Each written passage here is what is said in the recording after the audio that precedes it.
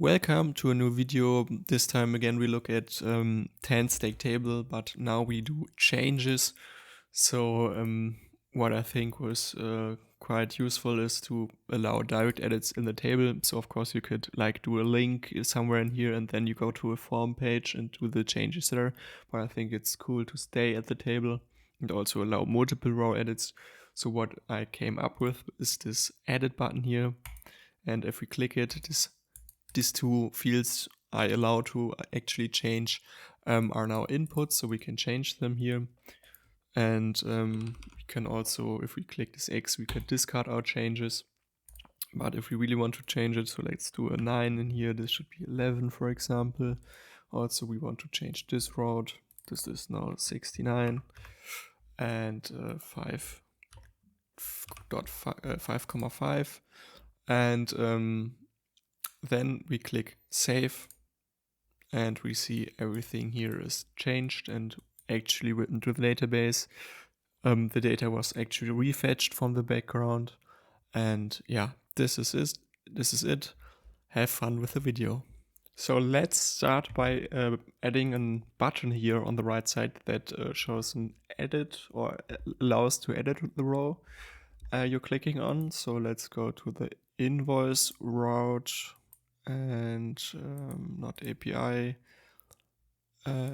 invoice page dot svelte, and we're actually going to create a component for that, and it's a small button, and let's create a file here and I call it edit row button.svelte. And what we're gonna do here now is, for now, just display a button, and we can then go to our page file, and here we have this array with all the column definitions for TanStack Table. If you are not familiar with this, I have a tutorial on TanStack Table. Check this out. And so after this is already one custom button I did for another video about sending an email, but let us copy that, and we say edit, and header is edit, and I already put edit in there. And I would also give it an ID, and cell is we can render a component. So this is a method TanStack Table provides that lets us render a custom component inside our table, and we need to import that button. And I forgot that this shouldn't be there yet, but for now we have this button. Yeah, so you can see I have this edit button, and so we want to, when we click on this row should be in edit mode. And for that, we first need to set that this row is in edit mode and also store the changes somehow. And for that, we're gonna use store. So I create a stores.ts, and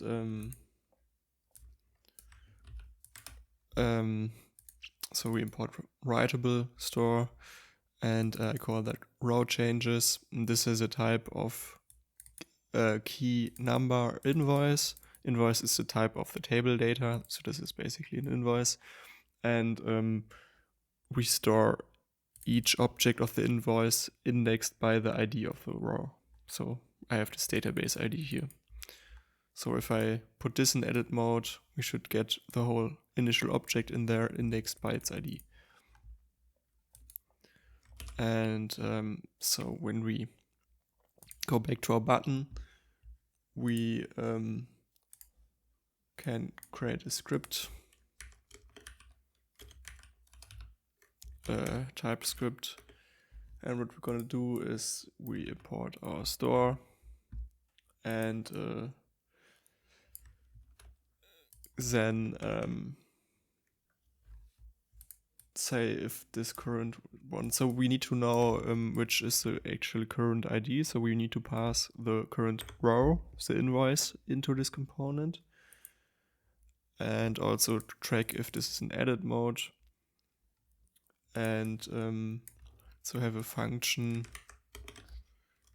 set edit, and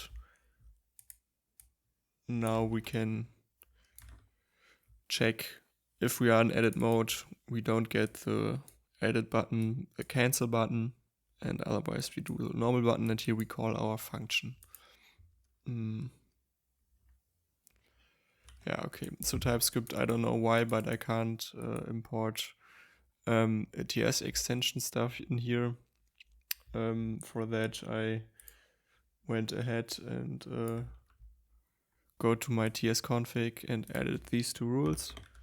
I'm actually not familiar with why this should be a problem, because I'm using TypeScript everywhere. Maybe if you know something, you can explain it to me in the comments. Thanks. And for now, we don't actually use the row changes store, but we can check if this toggling does work. So now we need to still, here this is already saying there's an error because we need to pass arguments or props to the component, and this receives row. And we can pass, is it info.row? I don't know. Info.row.original actually. Info.row.original, so we get the original object passed to the table, TanStack table component. And when we check it, we can toggle each of these. Great. So yeah, but we also need to store the changes. As I said, this store should contain the invoice. So when we toggle into our edit mode, we should store the current original row, this one, inside this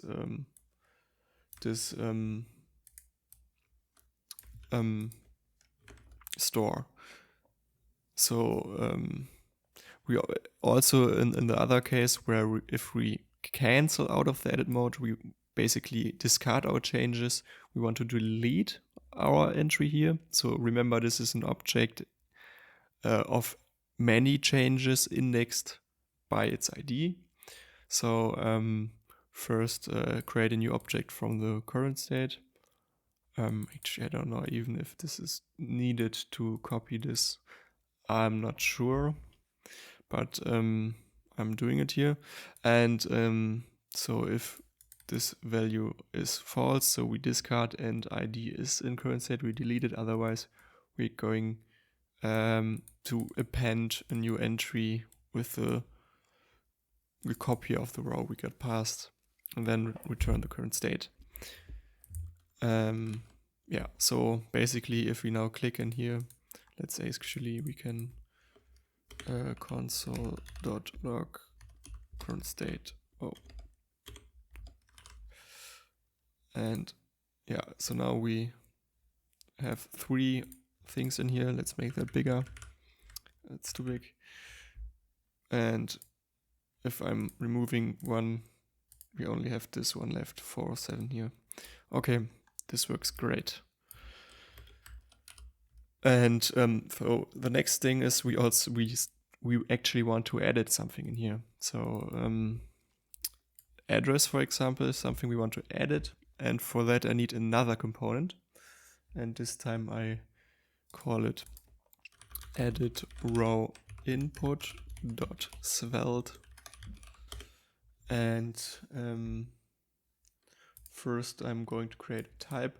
So we of course can make any inputs. We could say it's only characters, and then text input would be enough. For example, this total here is a number, so I want this to be a number field. If there was a date, for example, here this, we could also do some date inputs, some select lists, anything you want. For that I'm going to create a type so we can specify which edit type we actually want. And in this create a component here, we can then ask what type do we want, and then we also want to get the ID of the row. So ID, we want the column ID. So for example, this gets total, this gets address, and also initial value. So we can display the normal, like it's now a display only field here, just a span. And so what we need to know is if this current row is in edit mode. So when it's not in edit mode, we want to display it like now, not an input. Only when we click on edit mode, this should be an input. And so what we can do here is just subscribe to our created writable store, row changes, and if in the store our ID is present, then it's in edit mode, otherwise it's not. And also we want to get the whole changes row, or changed row I called it here. So we can write to there any changes we have. So now for the HTML, so going to paste it quickly. If it's not in edit mode, we just want to display the initial value. If it's a text type, we do an input of type text and bind the value change row call ID. If the type is number, just the same with type number, and otherwise if we haven't specified anything, if we pass something, then we fall back to just a span. And yeah, here are some TypeScript errors. I hate it, but this does work. I don't know if I can. I think that's also always confusing me, as I can't do something like this in here. So I'm just gonna live with it. If you have a fix for this, you can. I'm pleased if you write it in the comments. So yeah, so we have this edit component now, and now we need to actually use it. So let's start with the address column in here. And what you can do here is, again, we have this cell here. So let's overwrite this. So we have, again, we call render component. Then we use our just created component. We have to pass ID. Can get that from the ID. Call ID is address. So basically the same as accessor key. If we don't specify it, it will be just the accessor key. Edit type is text. Initial value, we can just use info.getValue. The same with the thing we passed for the cell before. And so now, okay, it's I think it was in a mixed state, but yeah, as you can see now, when I go in edit mode, it switches to an input. And that's cool. That's what I wanted. And as you can see, we're gonna reset everything. If we cancel, it's back to 9. Great. Okay. We also do want the same for our total. So just gonna copy that over. So this time this is total. This is number. And as you can see here, so this is actually a number we return from the query, but here it's has a format applied to it. So currency format with the euro sign here. And we do that before with a num format. So we specified a number format here. And we call format on that. And so it will be transferred or converted to a string. You can just pass the same thing here to the initial value, and it should work as before. So as you can see here, let's reload again to reset the state. Here it has a $sign. If we edit, it's not in there. Yeah, great. So yeah, you could apply this to more things like the other fields. For example, country would make sense. A select list, this would be a date field. Just update the input component here, add new input types. But for this demo, I will leave it to that. And what we do now is we do need to actually save the data. So before writing to the database, we need an UI thing for that. And so I'm going back to the code, and in here we have somewhere this file is getting bigger and bigger. I think I should actually refactor some stuff and put stuff into other files, but not now. So I want to add a new button beside the XLSX button. We find it, here it is. So just create a new one, call it save, and leave that for now. So we have the save button here. And what we do with that is we create a function called click save.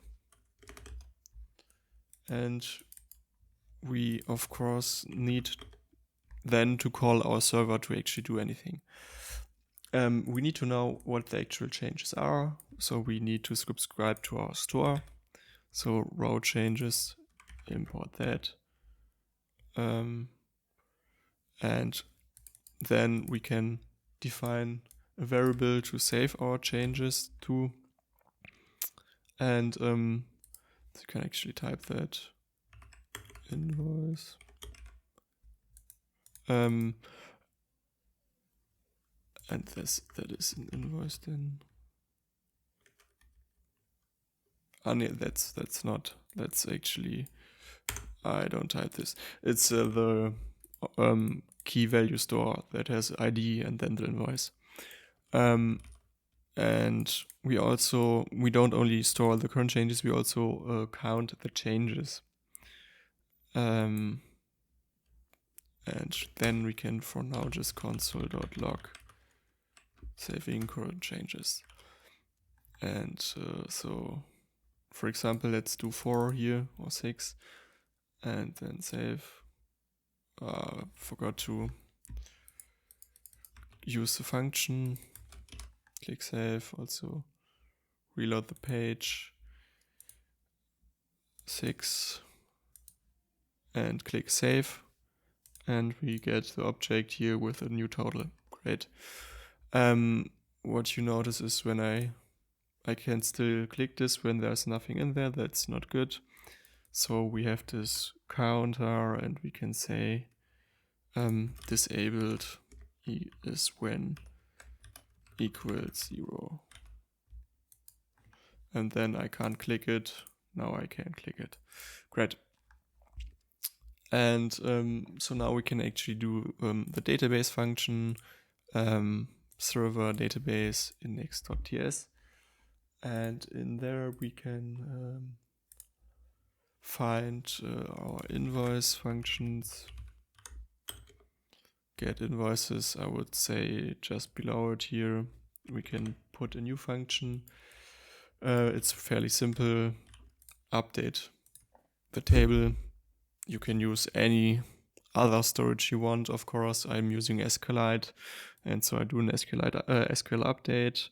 Invoices set billing address. I only also update the fields that we actually can edit.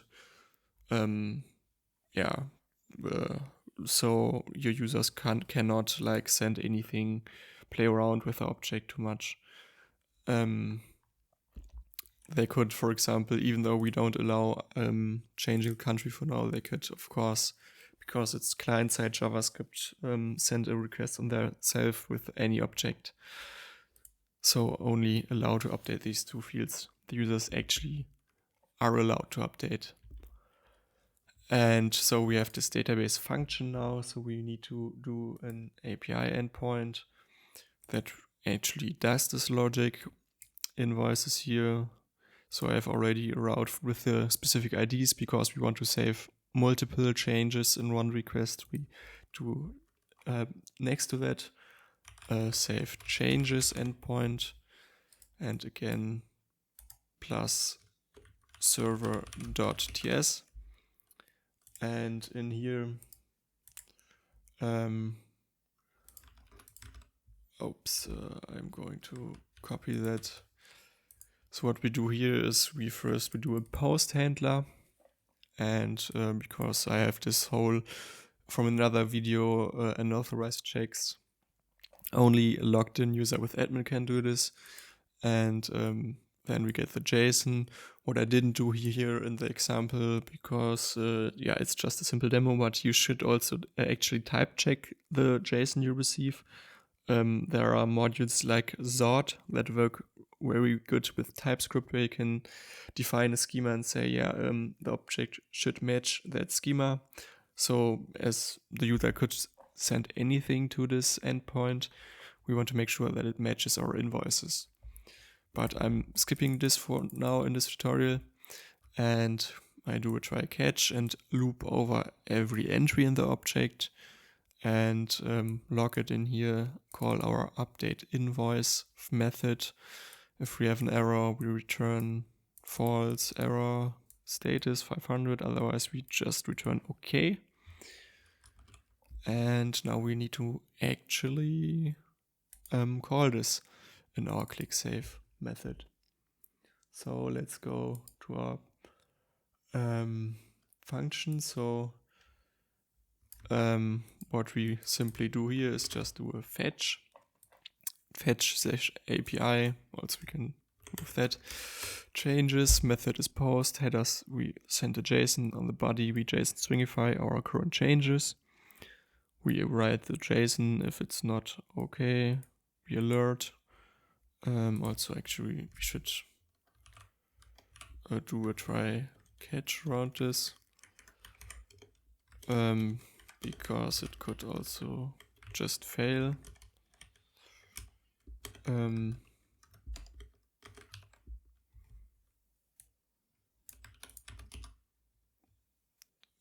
Let's just do it about around anything. Try. I think this is also great. Remove that.